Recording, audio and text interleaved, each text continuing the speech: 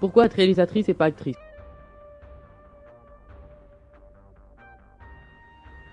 Donc en fait, je suis beaucoup plus à l'aise derrière la caméra, donc c'est pour ça que j'ai commencé à être réalisatrice.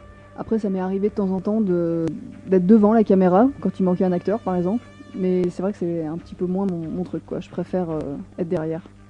D'accord. En quoi consiste exactement le métier de réalisatrice? C'est un peu être le chef d'orchestre sur un plateau de cinéma en fait. C'est-à-dire qu'on mène une équipe pour faire un film, pour que tout soit cohérent. On choisit les costumes, les décors, on fait les castings, on écrit éventuellement le scénario, parce qu'il y en a qui écrivent pas. Voilà, c'est en fait rendre cohérent une histoire jusqu'au bout et être un peu le chef d'orchestre sur un plateau. D'accord. À part OLTC, quel autre projet avez-vous réalisé ou co-réalisé? Voilà, j'en ai fait beaucoup. J'ai fait beaucoup de courts-métrages, de reportages. J'ai pas co-réalisé encore, ça m'est jamais arrivé. Et j'ai très souvent réalisé mes propres scénarios en fait. D'accord. Comment vous est venue l'idée de la série OLTC? Alors je suis sur le projet de la série depuis 3 ans environ. L'idée était de faire un projet en fait un peu plus à long terme qu'un court-métrage, parce que c'est vrai que le court-métrage ça dure quelques mois et après on passe à un autre projet. Et là j'avais envie d'être sur un projet un peu plus long et qu'on puisse développer en fait des personnages et un univers et qu'on y reste vraiment comme toutes les séries qu'on voit à la télé. Parce qu'on est avec les personnages, on les suit dans leur quotidien, tout ça, et j'avais envie de ça en fait. Donc, et puis comme j'aimais bien tout ce qui était policier, anticipation, un peu de SF et jeux vidéo, j'ai mis tout ça en fait dans un projet et puis j'ai créé en fait l'univers de OLTC quoi. D'accord. Comment s'est passé les premiers jours de tournage? Alors le tournage a duré 15 jours et les premiers jours c'était en Espagne. Parce qu'on a tourné en Espagne, à Madrid, dans la région ici à Lyon, et puis après on est allé en Suisse. Donc les premiers jours ont été un petit peu difficiles parce qu'on n'avait pas forcément tous les moyens pour arriver à faire ce qu'on voulait en fait. Donc forcément ça crée des tensions, ça crée des... Mais en fait on le voit pas du tout à l'image, ça transpire pas du tout, donc du coup c'est bien. Parce que tous les problèmes qu'on a eus, on se les a gardés quoi. Mais ça a été compliqué. Donc à l'image, on voit pas tout ce qui est problème ou les petits défauts. Non, je crois pas, en tout cas. Et alors, le tournage plus précisément à Rive de Gier? Alors Rive de Gier, en fait, ça s'est plutôt bien passé, à part quelques petits soucis comme une vitre cassée ou des choses comme ça. C'est un acteur en fait qui en a poussé un autre et la vitre a explosé en fait. C'était pas prévu, mais du coup on l'a gardé au montage parce que ça rendait beaucoup plus vivant la scène. Donc c'était vraiment bien. Et sinon le tournage en lui-même il était très bien. Les décors sont très beaux, c'est l'ancien tribunal de la ville. Et on a eu un soutien de la mairie du coup pour ce décor-là. Donc c'était bien quoi. D'accord. Pouvez-vous nous raconter l'histoire de la série OLTC?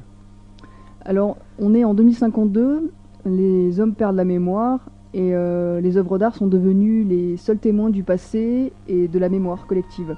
Donc c'est les œuvres d'art qui vont faire en sorte qu'on retrouve notre mémoire.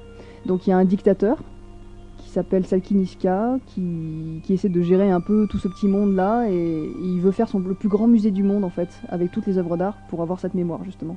D'accord. Comment s'est déroulé le casting?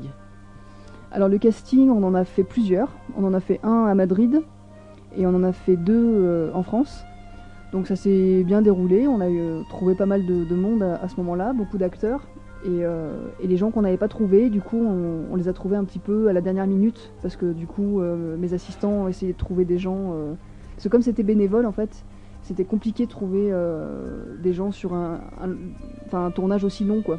Donc, des fois, on a trouvé les acteurs 2 jours avant le tournage, quoi.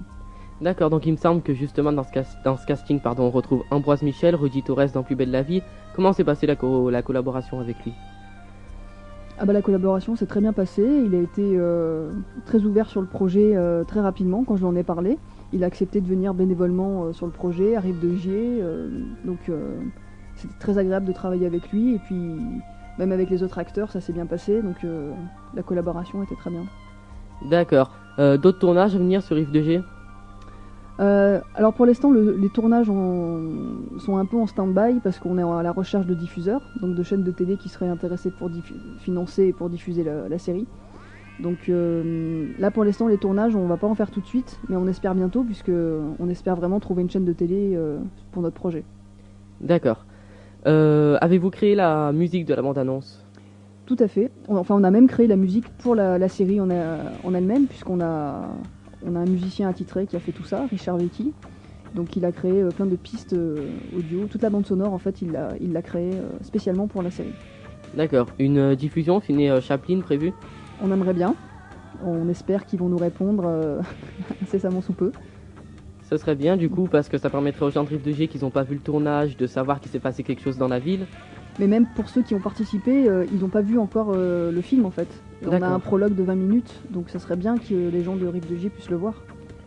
Donc on va passer maintenant aux questions des auditeurs. Alors on a une question de Cléo qui nous demande si la réalisatrice a fait une école de cinéma. Non, j'ai pas fait d'école. D'accord. On a Sarah de Nice. Combien avez-vous eu de jours de tournage en tout? Environ une quinzaine de jours. D'accord. On a Nico. Si est-ce que des personnes de Rive de Gier ont participé au tournage? Oui, tout à fait. Alors on a notamment le boxing club de Rive de Gier. Il y a pas mal de boxeurs et le responsable qui nous ont aidés, donc Malek Diaf, que je salue.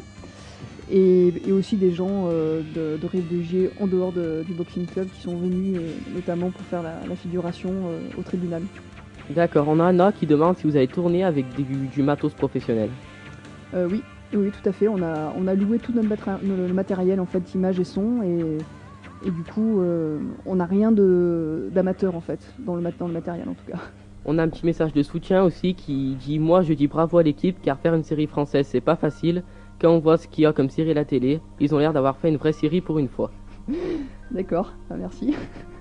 Une question de Steve, combien ça a coûté de faire la série? Ça a coûté assez cher, entre à peu près 25 000 euros. D'accord. Mais sachant que personne n'a été payé, c'est de l'argent qui a servi en fait à louer le matériel surtout et au déplacement pour aller en Espagne et en Suisse. D'accord, donc tous les acteurs étaient bénévoles. Ouais. D'accord. Laura, comment on dirige les acteurs? C'est une question compliquée ça.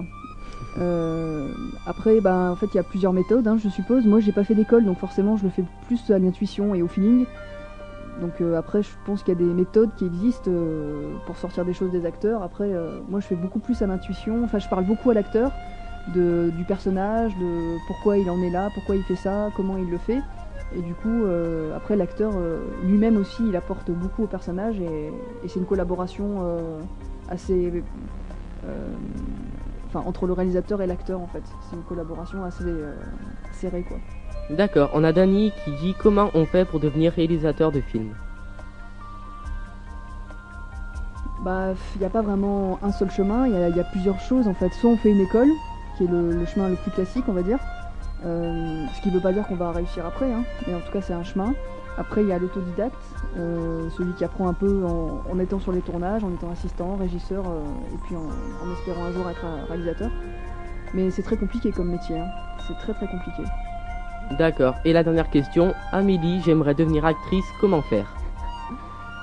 C'est un peu pareil que réalisateur, quoi. C'est un métier, t'as des écoles, pareil, qui permettent, sur Paris par exemple, partout, il y a des écoles pour être acteur. Après, je pense aussi qu'il faut le travailler chez soi, faire du théâtre peut-être, ou être dans des compagnies pour jouer. Il faut tout le temps jouer en fait. D'accord, et je vous remercie d'être passé dans l'émission. Merci à vous.